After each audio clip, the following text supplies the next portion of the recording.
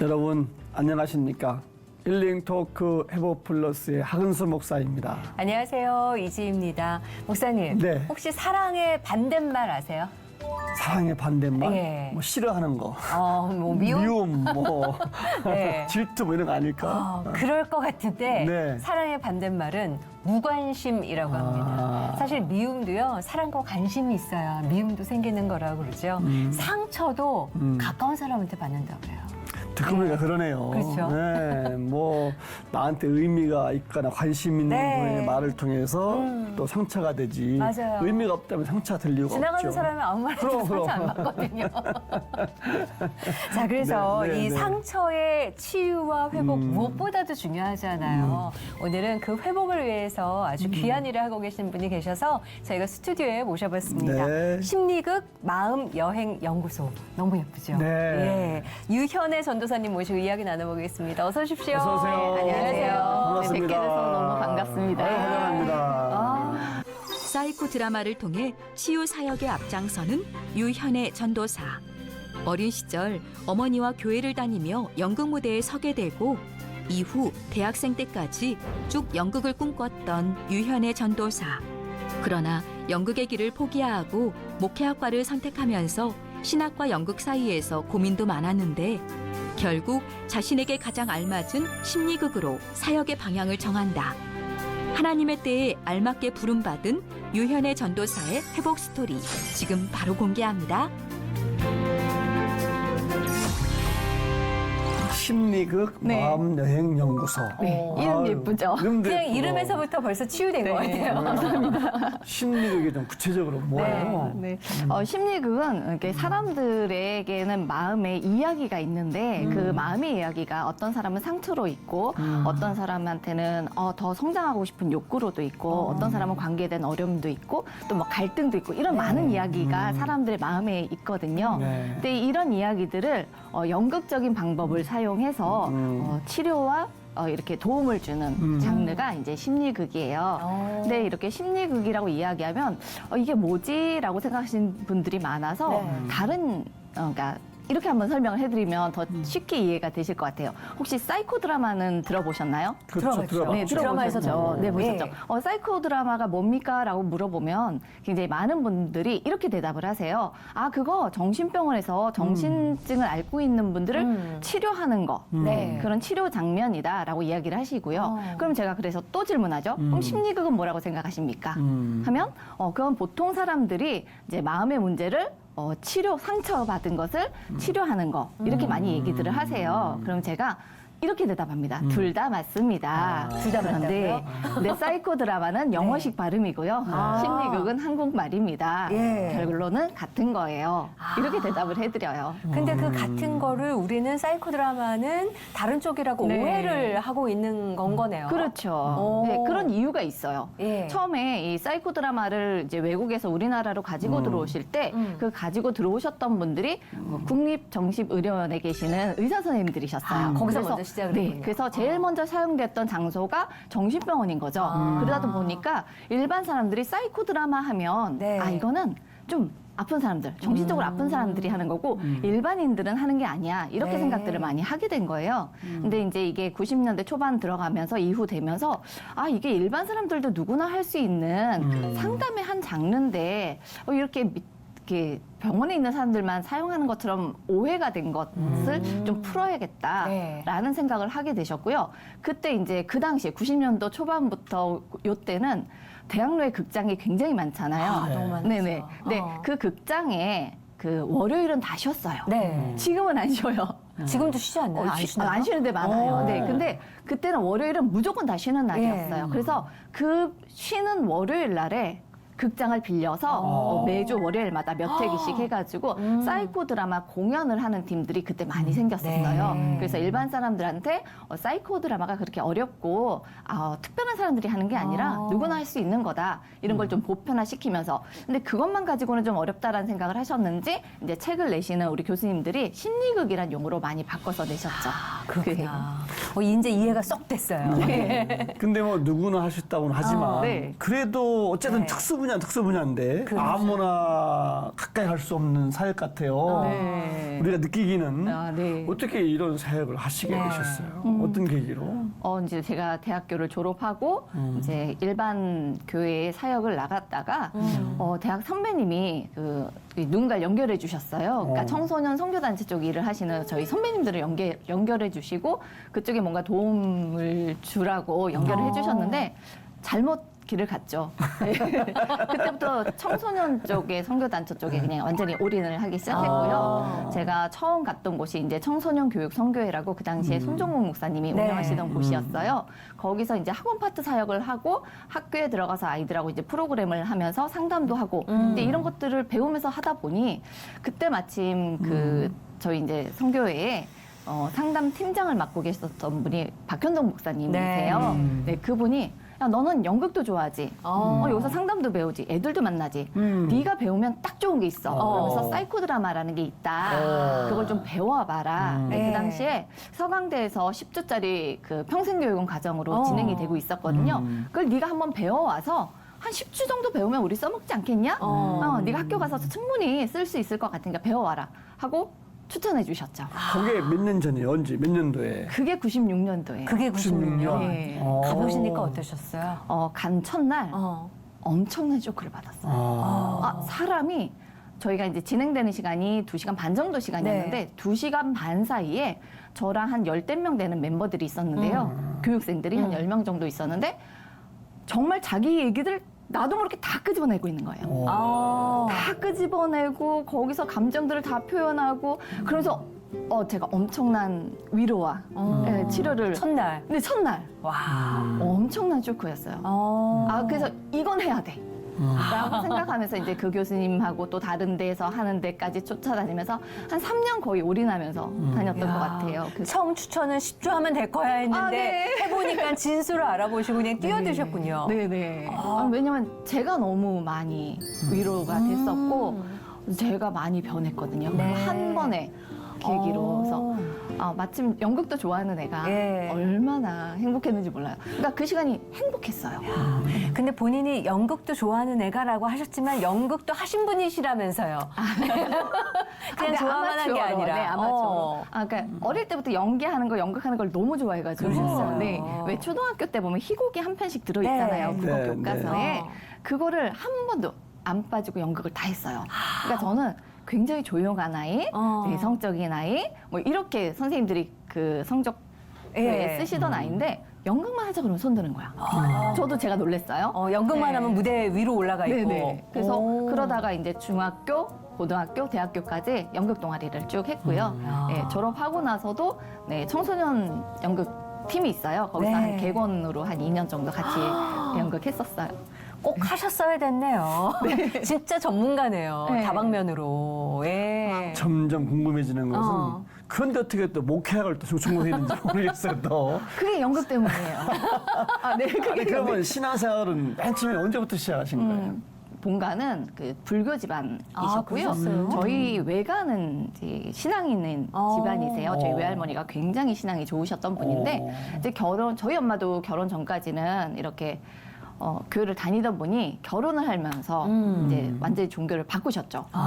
불교로 가셨고 그쪽에 이제 철저하게 불교 신앙인으로 사셨다가 이제 저희 동생 저희가 1남 3녀 중에 맞이에요. 그리고 동생이 밑으로 있는데 4대 독자인 남동생과 바로 제 밑에 있는 여동생이 둘 다 많이 아팠어요. 많이 아파서 정말 불교에 심취하셨던 저희 엄마가 이건 아니다 싶어서 이제 기독교로 돌아오신 거죠. 네네.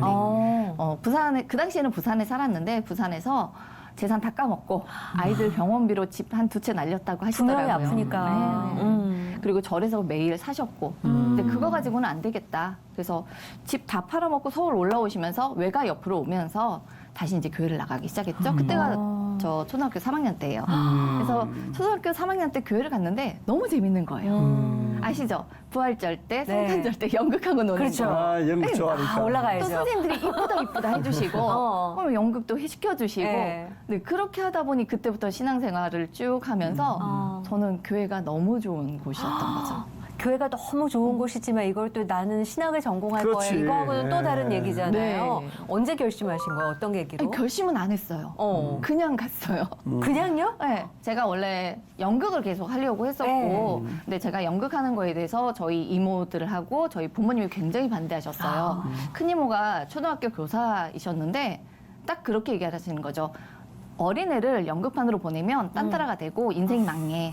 그게 저희 엄마랑 아빠가 다 결사반대하셨고요. 네. 그래서 저랑 계속 그 것들을 마찰을 빚었고 제가 고등학교 때 공부를 안 했어요. 나 그럴 거면 공부 안 해. 네. 그래서 공부를 안 하고 결국 떨어졌죠. 예. 시험은 보러 갔지만 떨어졌죠. 공부를 안 했으니까. 근데 저희 아버지가 저를 불러서 그 얘기를 하시더라고요. 아빠가 소원이 딱 하나 있다. 떨어져도 되니까 재수만 해달라. 대신 네가 원하는 데를 가라. 그래서 1년 동안 연극영화과를 준비를 했어요. 그리고 꽤 유명한 연극영화과에 1차 시험을 보러 갔어요. 네. 보러 갔는데 거기에 이제 시험 실기를 보는 사람들이 너무 많으니까 선배들이 줄 세우고 대기하는 장소에서 뭐 준비하는 거 알려주고 뭐 이런 그쵸. 일들을 하더라고요. 근데 그 중에 선배 하나가 야, 니들 내년에 들어오면 다 내 후배인 거 알아? 너 내 말 잘 들어야 돼. 이런 식으로 하면서 굉장히 기분 나쁘게 대하는 거예요, 저희를. 이미 들어온 후배인 것처럼 네. 막말을 하시면서.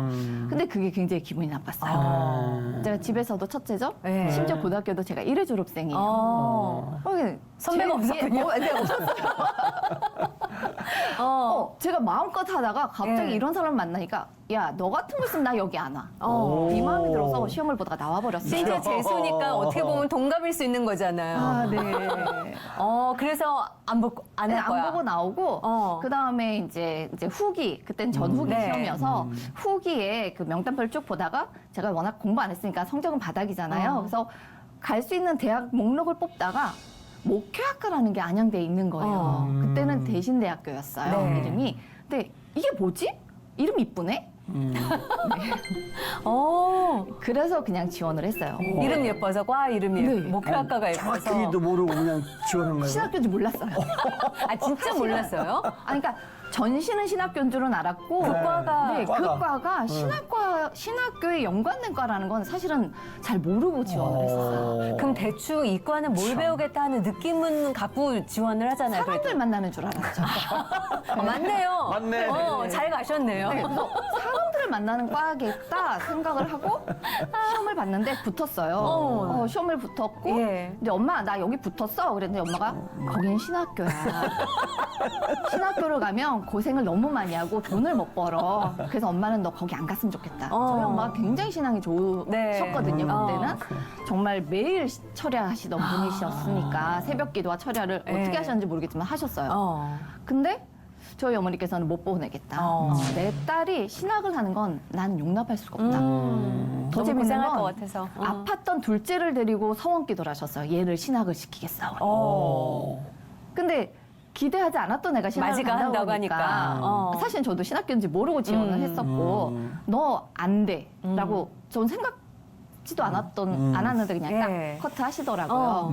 그래서 알았어 그럼 안 갈게 했는데 저희 어머니 가장 친했던 권사님이 그 얘기를 들으신 거죠. 저희 엄마가 속상해서 우리 딸이 이렇게 했어 막 이러니까 하나님이 부르셨는데 왜 안 보내? 그러시면서 가셔서 등록금을 내버리신 거예요. 저희가 사실은 그 등록금도 없어요. 저희 집에. 그랬는데 불구하고 그분이 그냥 내버리시고. 친구분이 내신 거예요, 등록금을? 네네. 저희 교회 그 엄마 교회 권사님께서 등록금을 내주시는 바람에 엄마가 그러시더라고요. 등록금 냈으니 가봐. 일단 한 학기는 다녀봐. 네, 그렇게 해서 이제 학교를 들어갔죠. 이제 학교를 들어가면 처음에 재밌다. 입학 전에 오리엔테이션을 하죠. 해요. 네, 저희가 이제 속초로 버스 대절해서 이렇게 이제 오리엔테이션을 가는데 그 버스 안에 이제 인솔하시는 분들이 또 대학 선배님들, 네, 학생의 이 선배님들이세요. 가는 길에 저희 선배님이 저랑 이야기를 몇 번 하시더니 야, 내가 너 같은 애 많이 봤는데 너 같은 애는 1년 안에 반드시 나간다. 우리 들어온 과 중에 한 3분의 1은 다 나가거든. 그중에 넌 나간다. 그러시는 거예요. 그래서 당신 날 언제 봤다고? 나를 얼마나 안다고. 나 얼마나 안다고. 알았어. 선배님 그렇게 얘기하시면 제가 반드시 4년 다녀볼 텐데요. 그러시면 뭐 하실래요? 일단 손에 장지 지시겠다고. 알겠다고. 그럼 예. 제가 반드시 4년 다 다니고 그래서 나중에 선배님 손에 장지 지는 거 제가 보겠다고 그렇게 말씀을 드렸죠. 야. 그렇게 해서 1년 딱 다녔는데 1년 다니면서 하나님이 일부러 보내셨구나. 그러니까 전 너무 좋았어요. 그 1년 동안 공부하는 것도 너무 재밌었고 네. 물론 아르바이트 하느라고 좀 힘들긴 했지만 예, 거기서 또 좋은 선배님들도 만났고 거기서도 또 연극 동아리를 들어가서 예. 너무 재밌었던 거예요. 하나님이 이래서 날 보내셨구나. 그래서 1년 동안 정말 많이 싸웠던 건 하나님 제가 그럼 연극을 포기해야 될까요? 신학을 하면 연극을 포기해야 되는 건가요? 뭐 이것 갖고 계속 싸웠던 거죠. 그러면서 하나님이 나를 보내신 거에 감사합니다. 행복합니다. 라는 고백을 딱 1년 됐을 때 하고요. 4년까지 무사히 졸업하고 너무 재밌었던 게 졸업하는 날 그 선배님이 진짜 오셨어요. 야, 그 처음에 장 지지겠다고. 네네. 예. 그분이 좀 하셨던. 친하게 지냈던 분이라 축하하려고 오셨어요. 그래서 대박 선배님 손에 장지 지세요. 그랬더니 뭔 소리인지 모르시더라고요. 기억을 못 하시는 거예요. 그래서 네. 선배님이 그렇게 얘기해서 내가 기억고 4년 졸업했다고 하면서 졸업을 했었어요. 야, 참. 재밌기도 하고 참 신기하기도 하고. 네. 아니 목회학과가 신학인 줄 모르고 간 것도 이제 말도 안 되는 거고 어쨌든 간에 결과는 사역과 연극을 같이 하게 됐네요. 그렇죠. 하나님은 정말 신비로운 진짜 분이에요. 최고신 것 같아요. 그래서 하나님이 놀라운 분이에요. 그 대학 때 후회는 없으세요? 대학 4년이요? 아니요, 후회 없어요. 너무 재밌게 다녔고요. 네. 너무 행복했고요. 그러면서 정말 많은 걸 배웠다고 해야 될까요? 네. 신학을 공부하기보다는 제가 그때 이제 농어촌 선교회라고 작은 팀을 하나 저희가 뭐 만드는 걸 제가 잘하는 것 네. 같아요. 네. 사람들을 모아서 저희끼리 농어촌 선교회 팀을 만들어서 4년 내내 방학 때마다 이게 선교 활동을 농촌으로 가고 네. 또 저희 학교에 유명한 낙도 선교회라고 있어요. 네, 낙도만 다니는 팀이에요. 한 4여 명 정도 움직이는데 이제 그쪽도 가고. 예. 그러니까 방학 때는 열심히 선교 다니시고. 네, 선교 나가시고. 그러니까 한 달은 저희 엄마가 저를 못 보는 기간. 네, 그렇게 살았고 이야. 학기 중에는 제가 거기 좀 야간이었어요. 그래서 네. 왜냐면 공부도 하면서 돈도 벌어야 됐기 때문에 아. 오전에 열심히 일하고 네, 저녁에 공부하고 진짜 열심히 학창 시간을 보내셨네요. 그 와중에 동아리에서 연극 1년에 2편씩 올리고 정말 기절하게 쉽지 않은 살았어요. 건데. 네. 예. 그래서 행복했던 것 같아요. 쉬지 않고 뭔가를 할 수 있었으니까.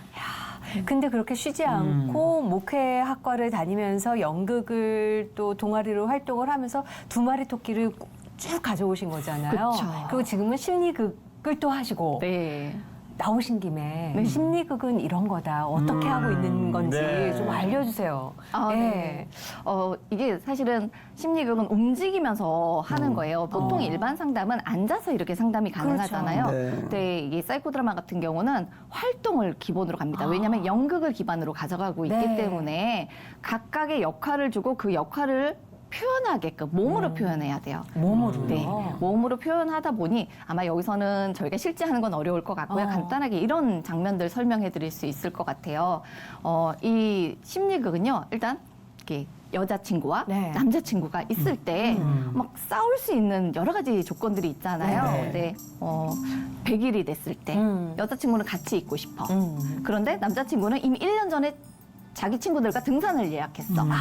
이럴 때 이제 이거를 네. 양해를 구하는데 그러면 남자 입장에서는 이게 이미 1년 전부터 오래된 친구들과의 약속이니까 깰 수가 없는 거고 여자 입장에서는 100일인데 어떻게 날 놓고 가? 그렇죠. 해외여행도 아니고 등산은 등산은 하루 좀 날짜를 미뤄도 바꾸면 되지. 되지요. 그렇죠. 날짜를 바꾸면 되죠. 무슨 소리야? 1년 전에 약속했다니까. 해외가 아니잖아요. 보통 이런 장면이 연출이 된다는 거예요. 그러면 네. 그때 자리를 일어나서 바꿔 앉게 돼요. 그러면서 역할을 바꾸는 거군요. 네, 그러면서 이 여자분이 남자가 돼서 남자 입장에서 좀 전에 남자가 말했던 것들을 다시 한번 반복하게 만들고요. 남자분은 여자 자리에 와서 그 입장에서 했던 얘기들을 반복하게 해요. 초반에는 했던 얘기들을 하다가 그 다음엔 점점 심화되면 그 입장에서 얘기를 막 해요. 친구들이 네. 많이 곤란하겠네요. 그러다 이렇게. 보면 이게 역지사지라는 말이 있잖아요. 그러네요. 네가 내 입장 대봐. 그냥 말로만이 아니라 진짜 그 입장에 대해서 얘기하다 보면 네. 이 사람이 이래서 이럴 수밖에 없구나 라는 것들을 찾아가게 되는 거죠. 네, 그래서 그 역할 바꾸기가 저희 네. 심리극에서 가장 많이 사용하는 기법 중에 하나고요. 그리고 이제 본인이 표현 못하는 것들을 이제 비느자 기법이라고 해서 네. 네, 비느자를 놓고 거기에 그 내가 만나고 싶은 그 대상자를 앉혀놓고 이야기를 하게끔 하는. 네. 그래서 이야기를 하다가 본인이 이제 비느자에 와서 그 사람처럼 이야기해보는 네, 이런 기법이 또 있고요. 네. 여러 가지 기법들이 많아요. 우리 시대만 해도 감정을 드러내지 않고 네. 그냥 꾹 참고만 맞아요. 이런 건 어때? 이런 뭐 좋은 거 아니에요, 이건? 그냥 저는 절대적으로 최악이라고 봅니다. 이런 것은 그 정도로요?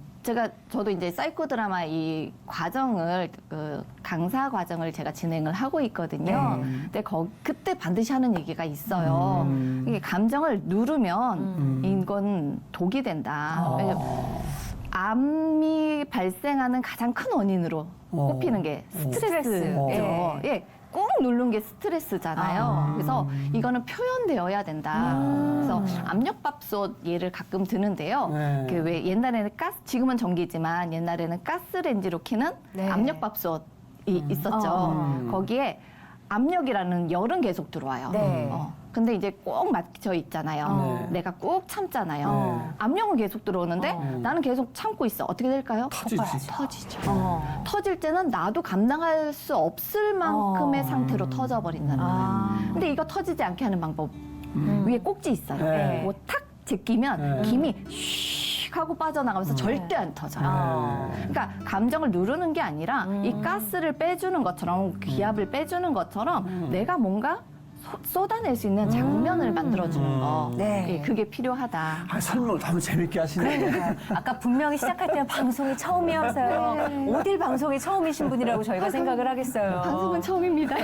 방송만 처음이신 거예요. 얘기 듣다 보니까 누구 좀 보냈으면 좋겠다고 나 좀 해봤으면 좋겠다 하시는 분들이 꽤 많으실 것 같아요. 관심 있는 분이. 네. 주로 어떤 분이 이런 걸 하면 효과가 좋다 좀 추천하고 싶은 분들이 있을까요? 저는 모든 사람이 가능하다고 봅니다. 왜냐하면 이 사이코 드라마를 이야기하면 상처받은 사람들이 치유를 하기 위해서 하는 거다라고 많이 알고 계시는데요. 그건 굉장히 작은 일면이고요. 사실은 보통의 사람들이 관계에서 조금 불편한 마음이 있잖아요. 그렇죠. 그러면서 상처는 아닌데 이 사람과 좀 잘 지내고 싶은데 방법을 모르겠어. 했을 때 그 방법을 이 역할 바꾸기나 다른 사람들의 도움을 받아서 연극을 만들다 보면 내가 이 사람한테 이렇게 행동하는 게 좋겠어 라고 생각한 것들을 연습해 볼 수 있어요.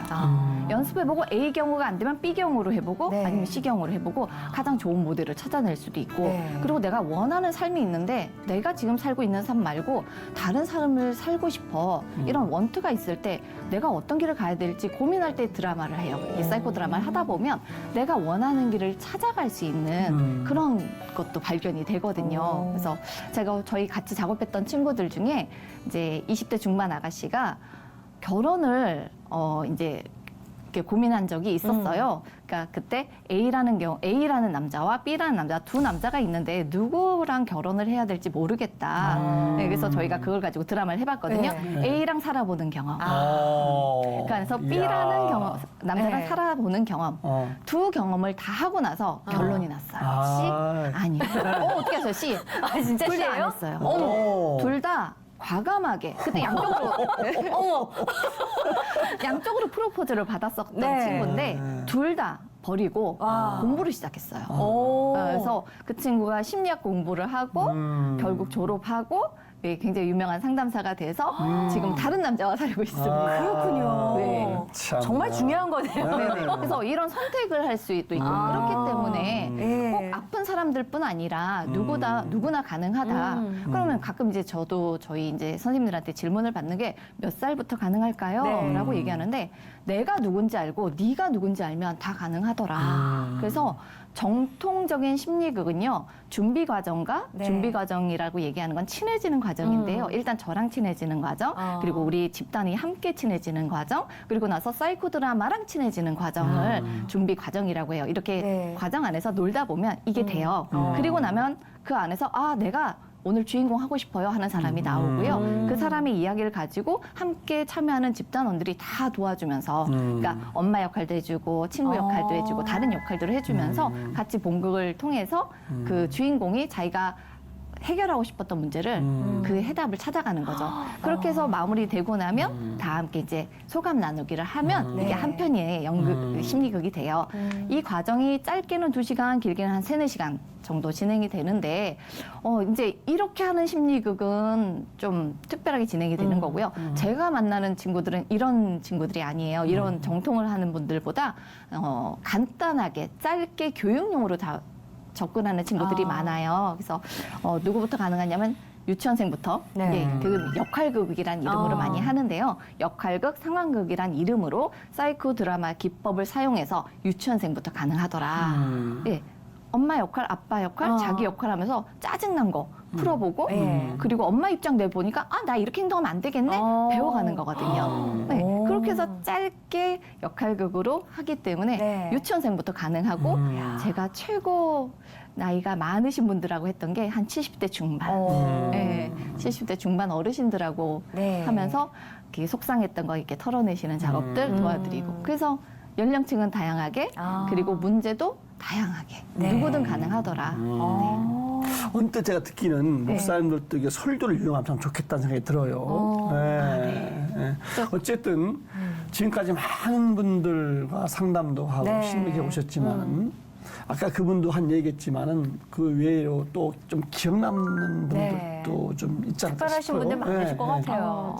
좀 있죠. 근데 공개를 사실 이것도 집단 상담이다 보니까 공개를 할 수가 없는 내용들이 많아요. 근데 한 친구가 자기 얘기는 어딜 가든 언제든지 사용하라고 오픈해준 친구들이 한 두세 명 정도 있어요. 네. 한 친구는 그 친구가 굉장히 대인 공포증이 심해서 지하철을 탈 수가 없고 사람들하고 이렇게 눈을 마주칠 수가 없어서 늘 고개를 숙이고 있던 여자 청년이었어요. 네, 사람들한테 상처를 많이 받았고 특히 이제 상처가 컸던 건 아버님이 주사가 좀 있으셔가지고 근데 교회에서는 굉장히 장로님으로 모든 교인들한테는 너무 따뜻한 분으로 알려진 분인데 집에만 가면 가족들을 그렇게 괴롭히셨던 거죠. 근데 그걸로 인해서 이 친구가 굉장히 많이 힘들어했고 많이 상처가 됐고 가정이 다 깨졌었던 상황이에요. 엄마, 아빠 다 따로 살고 이 친구도 남동생도 다 따로 살았는데 그때 저한테 이제 의뢰가 됐었어요.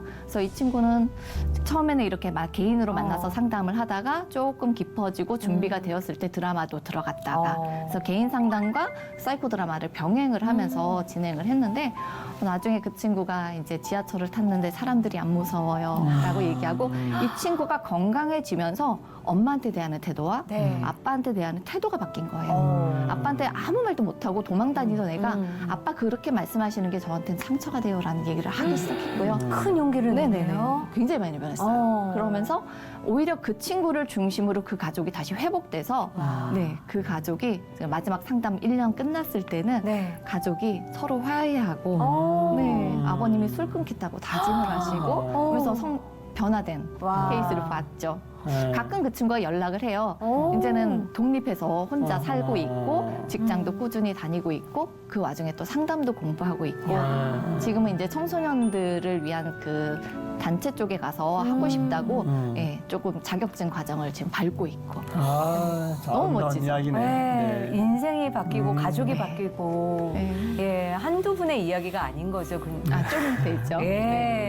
많은 분들이 아마 회복이 되셨을 거라 생각이 들고 심리극 전문가이시기도 하지만 사실적으로 교회 교육사역도 함께 하고 계시는 거잖아요. 요즘 청소년 사역 많이들 관심을 갖고 청년들을 일으켜 세워야 된다는 얘기도 많이 하세요. 하죠. 어떠세요? 너무 중요한 내용인 것 같아요. 근데 제가 지금 교회에서는 6학년 학생들, 저희 교회가 조금 사이즈가 있어서 한 학년씩 사역자가 있어요. 제가 저희 6학년 아이들을 만나고 있는데 얘네는 애들이 아니에요. 준 청소년들이에요. 그래서 청소년 마음으로 아이들을 이제 가르치고 있고요. 교회에서도 사역하고 있지만 제가 이제 청소년 선교단체는 아직도 손을 놓지 않고 있어서 10대직이라는 팀이 있고요. 거기서 청소년들과 함께하는 캠프 사역을 여름, 겨울 대학 한 15년 정도 지금 계속 하고 있어요. 이제 거기서 저희들이 할 때 상처 입은 친구들이 많이 와요. 캠프를 보면. 네. 그래서 한동안은 상담 캠프, 리더십 캠프, 작은 캠프 2-3개를 묶어서 큰 테두리로 캠프를 쳤죠. 그때 이제 상담 캠프를 통해서 아이들을 많이 만나줬는데요. 요즘 아이들한테 필요한 거는 이야기를 들어주는 것과 그 아이들의 마음을 이해하는 것, 그리고 좋은 모델이 돼서 보여주는 것이 필요하더라. 잔소리는 정말 그 아이들에게 도움이 안 돼요. 그렇죠. 근데 부모님들은 잔소리가 먼저 나가시잖아요. 근데 사실 저하고의 관계가 잘 되는 게 중요하지 않고요. 부모님하고 관계가 잘 되는 게 너무 중요한데 부모님들이 그걸 감당을 못 하세요. 특별히 지금 요즘 코로나 이후에 그걸 부모님들이 너무 힘들어 하시고 요즘 제가 의뢰가 계속 들어오는 건 아이들보다 부모님들 의뢰가 더 많이 들어와요. 엄마들이 힘들어서 더 이상 못 살겠다라는 이야기를 많이 들어와서 지금 저희가 계획하고 있는 게 부모님들을 대상으로 하는 아이들과 소통할 수 있는 사이코 드라마. 네, 그래서 교육 집단 사이코 드라마를 지금 하반기에 지금 계획하고 있고요. 네, 그래서 아마 일산에서 하나, 네. 저기 안산 쪽에서 하나 이렇게 2개가 진행이 될 것 같아요. 그것을 계기로 너무 바빠지실 것 같은 생각이 드는데요. 예, 건강 잘 챙기셔야 될 것 네네. 같아요. 예, 너무 중요한 역할을 해주고 계시네요. 상담자는 예. 나 혼자고 또 심리급도 나 혼자 이제 해야 네. 되는 건데 지금 말씀하신 의뢰인들은 뭐 어린이층, 그렇죠. 청소년층, 예. 청년층, 장년층 다양할 텐데 네네. 다 다르게 하셔야 되는 거예요, 그러면? 그렇죠. 대상들마다 목적을 두는 게 달라요. 그러니까 어떤 대상이 왔느냐, 이 사람들의 욕구가 뭐느냐, 또 네. 이 사람들에게 필요한 게 뭐냐에 따라서 진행 방법도 다 다르고요. 네. 네. 그리고 제가 목표한 것도 달라요. 그걸 본인이 다 하시는 거예요, 이거를? 네. 아니면 무슨 제가 다 작가나 하죠. 아니면 이런 분들 아니요. 진두지휘 이거는- 하에 이제 팀으로 움직이시는 건가요? 팀으로도 움직일 수 있고요. 그러니까 제가 그냥 혼자 진행해도 돼요. 이거는 그 사이코 드라마는 이게 대본이 없는 즉흥극이에요. 100% 즉흥극이에요.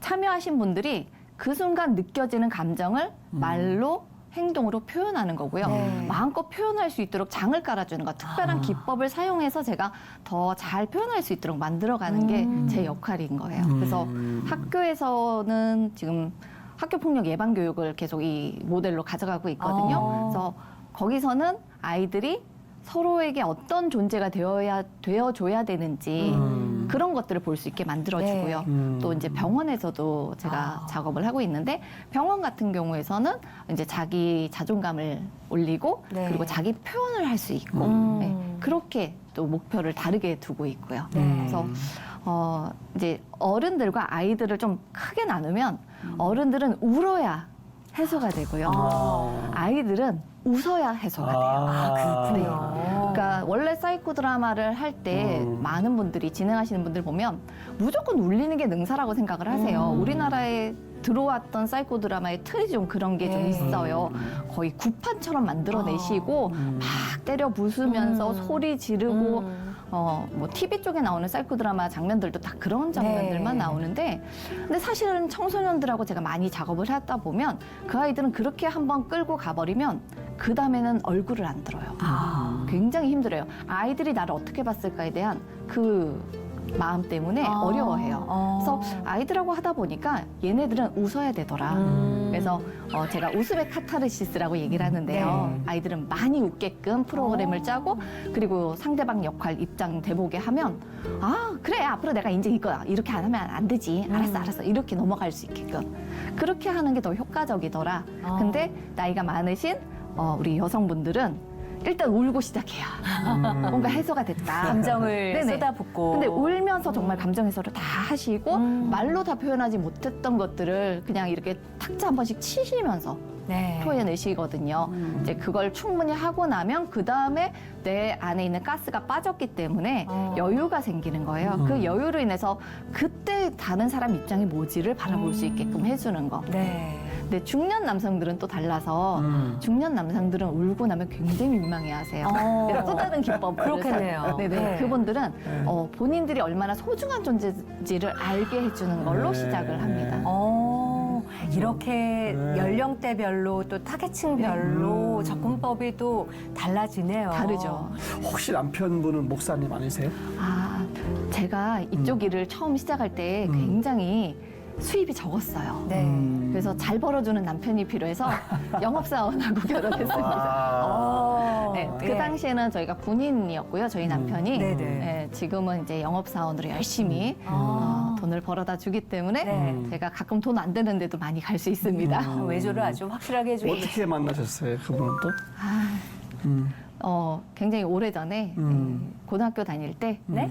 1년 후배예요. 고등학교 때? 네, 고등학교 다닐 때 옛날에는 그 선도부라고 말하는데 저희 학교에서는 자율부라는 이름으로 자율부, 네, 교율부, 교율부. 네. 네. 근데 제가 1회 졸업생이잖아요. 네. 네, 제가 선배, 저희 신랑이 2기. 아, 네, 선도부 후배. 2기. 후배. 네, 그래서 네. 제가 고3 때 공부를 안 했었기 때문에 1년 동안 그 친구랑 연애를 했죠. 네, 그리고 졸업할 때 그 친구가 고3이 되니까 네. 너 이제 공부해라. 그리고 또 싸우기도 싸웠고. 그래서 빠이빠이 헤어졌다가 예. 11년 만에 그 당시 유명했던 게 아이러브 스쿨이라고 있어요. 다 찾아줬죠. 다 찾아줬죠. 그 친구가 저를 찾아주더라고요. 어머. 네, 그래서 네. 메일이 왔어요. 그래서 한번 보자고.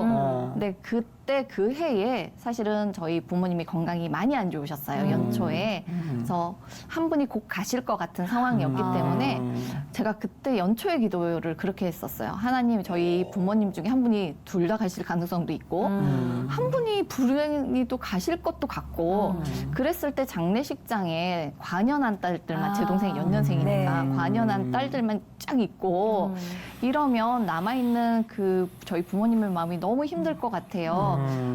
저는 별로 마음에 안 들지만 저희 부모님한테 사위가 필요한 것 같사오니 저희 부모님 마음에 드는 사위 하나만 좀 보내주세요 라고 기도를 했었는데 네. 그해 10월 달에 연락이 왔어요. 10월에. 네. 그리고 그리고 그 친구가 첫날 이렇게 만났어요. 오랜만에 11년 만에 네, 만나신 거죠. 11년 만에 만나서 만나고 그 두 번째 만날 때 프로포즈 하길래 집에 가서 엄마 누구 만났는데 결혼하재. 그래서 할까봐 그랬더니 어머. 저희 어머니가 어머나 나 걔가 내 사위 됐으면 좋겠다고 생각했단다 라고 하시는 거예요. 아, 그러면 고등학교 때 연애했던, 1년 연애했던 걸 아셨어요? 아, 저희 집에 와서 맨날 놀았어요. 그러니까 제가 1회 졸업생이고요. 선도부답네요.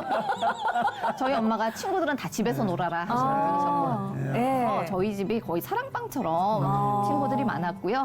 그 친구가 2회 졸업생, 제 바로 밑에 동생이 3회 졸업생. 학교 라인. 동문들이시네요. 네. 그래서 그때 그 친구를 굉장히 좋게 보셨더라고요. 그래서 이름을 대니까 바로 기억하시고 와. 그래서 어제 만났고 오늘 프로포즈 받았어 했는데도 놀래지도 않고 해 그러셔서 어머. 알았어 하고 결혼이 진행됐고요. 아이고, 근데 그렇구나. 똑같은 일이 그 집에서도 진행됐다고 하더라고요. 오. 저희 신랑이 말하는. 예. 그래서 참. 저희 시아버님께서 저희가 그 당시에 주고받았던 편지를 고이 간직하고 계셨던 거예요. 시아버님이요? 시아버지. 시아버님이. 그래서 그것도 좀 특이하네요. 예. 그래서 저희 신랑은 하나님이 보내주신 사람이다라고 제가 지금도 믿고 있어요. 이야, 오. 지금 하신 일에 대해서 남편이 어떻게 생각하세요? 완전 좋아하죠. 네 일은 네 일이니까 네가 알아서 잘해. 아이고 고맙네. 그러면은- 나는 돈만 벌어줄게. 두 분은 부부싸움 같은 걸 잘 안 하시겠어요? 할 수가 없겠어요. 많이 하나요? 했죠. 예. 겁나게 많이 했죠. 어. 네, 지금도 하면 피 터지긴 하죠. 예. 근데 잘 안 하고 어. 지금은 거의 1년에 한두 번 할까 말까 하는데요. 결혼하고 나서는 저희도 정말 많이 힘들었었어요. 한 7년 차 됐을 때는 왜 그거 고비가 있잖아요. 네. 결혼하고 3개월, 3년, 7년. 그 7년 차에는 정말 이혼을 하려고 발악을 했어요, 제가. 아이고. 네, 그때가 제가 이제 이 사이코드라마로 일을 막 시작했을 때고 이제 여러 가지 문제들이 좀 있어서 가정적인 문제들이 좀 있어서 이혼을 하려고 정말 발악을 했고, 근데 그때 저희 신랑이 좀 외아들이라 자기만 알던 그 습성에서 싹 바뀌더라고요. 이혼은 안 하고 싶고, 네. 네, 제가 이혼하겠다고 말을 했으면 얘는 반드시 하는 애다라는 오해를 했더라고요. 네. 그래서 그때부터 바뀌려고 많이 노력을 해줘서 그러면서 풀어진 것 같아요. 예, 쌓였던 마음이 저도 풀어지고, 그리고 제가 강의를 하고 사이코 드라마를 진행을 하면서 사람들한테 이렇게 사세요, 살아가세요라고 이야기를 하는데 제가 그렇게 못 살고 있는 거잖아요. 그래서 가르쳤던 걸 집에 와서 내가 오늘 이걸 가르쳤어. 서로 칭찬하기, 하루에 하나 칭찬하기, 뭐 이런 거 했는데 우리도 해보자. 언제까지 할지 모르지만 자, 일단 무조건 칭찬하기 하자. 네. 하루에 하나씩. 이런 거 했는데 신랑이 잘 따라와 줬고요. 그러다 보니 조금씩 이제 풀어지기 시작한 것 같아요. 관계 회복이 또 칭찬으로 통해서 회복이 됐군요. 그래서 예. 임상 실험을 하셨네 직접적으로. 네, 이제 가르치기 위해서 제가 그냥 저를 바꿔 간 거죠. 요즘 네. 코로나를 통해서 또 여러 가지 상황이 힘들다 보니까 마음까지 힘들다 하시는 분들 많으시잖아요. 그분들에게 좀 조언 좀 해주세요. 나오신 김에. 네, 진짜 너무 많이 많이 눌려 계시고 예, 힘든 상황인 것 같아요. 이 코로나라는 시기가 조금 풀어가셨으면 좋겠어요. 내 마음을. 근데 내 마음을 풀어가는 것 중에 하나가 나를 표현하는 거. 표현하는 거. 네, 나를 표현하는 거. 근데 내 식으로만 표현하는 게 아니라 내가 이야기할 때 저 사람이 어떤 마음일까를 생각하면서 좀 풀어가는 거가 필요할 것 같고요. 네, 결국 배려하면서 내 마음도 전해야 되는 거네요. 그렇죠. 그러니까 제가 감정을 표현하세요라고 얘기하면 내 감정만 막 표현하는데 내가 내 입장을 표현할 때 사실은 그 받는 사람이 어떤지도 알아야 되거든요. 그렇죠. 네. 근데 그게 먼저 연습을 하시라고 얘기를 하고 싶어요. 속에 혼자 담고 있지 마시고 친한 친구들하고 수다 떠는 게 가장 좋은 방법. 그리고 나한테 내가 어떤 얘기를 하든지 그래 맞아 해줄 수 있는 사람들하고 수다 떠는 게 가장 좋은 방법이다. 그래서 수다 많이 떨라고 얘기하고요. 근데 수다 떨 사람이 없다라고 얘기하는 경우도 많아요. 네. 그럼 자기 혼자 수다 떨어라. 그래서 의자 하나 앞에 놓고 내가 또 다른 나를 내 앞에 앉혀놓고 내가 할 수 있는 칭찬, 네가 잘하고 있는 거 뭐야? 너 지금 이것도 잘하고 있고 이렇게도 잘하고 있고 그리고 객관적으로 상황과 나 자신을 바라보고 나서 객관적으로 나를 칭찬하고 지지해줘라. 네. 다른 사람들이 격려해주고 지지해주지 않아. 라고 속상해 하기보다 그보다 먼저 내가 먼저 나를 나 인정해줘야 스스로. 돼. 내가 나를 인정해주지 중요한 않으면 포인트네요. 이게 이제 이런 거예요. 그러니까 하근 써놓고 네. 참 너 수고 많았다. 코로나 때 얼마나 고생했냐. 내가 맛있는 거 사줄게. 떡볶이 먹어라. 네네네. 그래서 자기한테 맛있는 거 해줄 필요가 있고요. 네. 자기를 위한 선물하는 것도 필요할 거고요. 그리고 자기를 칭찬해 주는 거. 내가 잘하고 있는 중요하네요. 것들을 객관적으로 서서 현애야. 너 어떻게 이렇게 일 잘 버텼니? 기특하다. 아유, 네 아들이 말 안 듣지. 막 이런 식으로 하면서 네, 칭찬을 자기한테 해주는 거예요. 네. 그러면 이게 자기 지지가 기반이 되면 네, 자기 긍정감이 생기고요. 네. 그리고 긍정감이 생기면 여유가 생기고요. 맞아요. 그러다 보면은 상황을 좀 다르게 볼 수 있는 눈도 생긴다라는 거죠. 네. 아유, 오늘 너무 좋은 거 좋은 배웠습니다. 팁들이 그냥 네. 많이 나왔어요. 예. 야, 하나님은 이런 분 어떻게 앞으로 사역에 가실까 네. 기대가 되는데 뭐 기도 제목이나 바람 같은 거 하나 말씀 좀 해주시죠. 저는 지금 저희 나라에 사이코 드라마가 들어오면서 병원으로 들어왔고 그걸 진행하시는 분들 중에 가장 영향력 있던 선생님들이 이걸 굿판으로 많이 만드셨어요. 사이코 드라마를 굿 형태처럼 마당놀이처럼 진행을 하시면서 굉장히 좀 기독교적이지 않아. 라고 보여지는 측면을 굉장히 많이 강조해 놓으셨어요.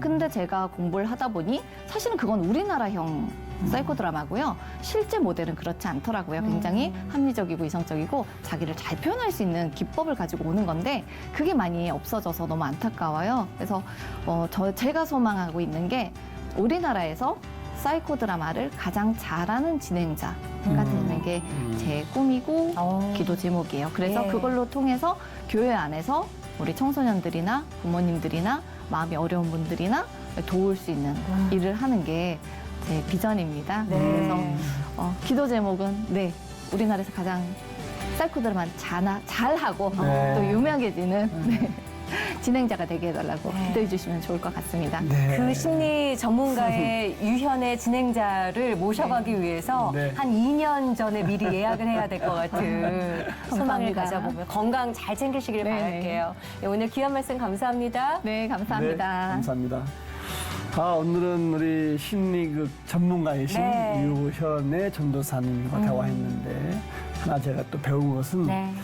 우리 감정을 너무 억누르지만 말고 이게 표현하면 참 좋겠다. 맞아요. 이런 좀 배움을 갖는 그런 시간이었네요. 네, 우리가 사실 기쁠 때 그리고 슬플 때 그 분노를 가지고 물론 하나님 앞으로도 나아가지만 누군가 내 얘기를 들어줄 한 사람이 있다면 얼마나 든든한 삶일까. 그리고 그 한 사람이 없을지라도 내가 나를 바라보고 나 자신을 칭찬해 주는 거. 네. 그것부터 시작이라는 거 오늘 배웠습니다. 오늘 여러분 마음껏 칭찬해 주시고요. 또 옆에 사람도 마음껏 칭찬할 수 있는 그런 귀한 하루 보내십시오. 고맙습니다.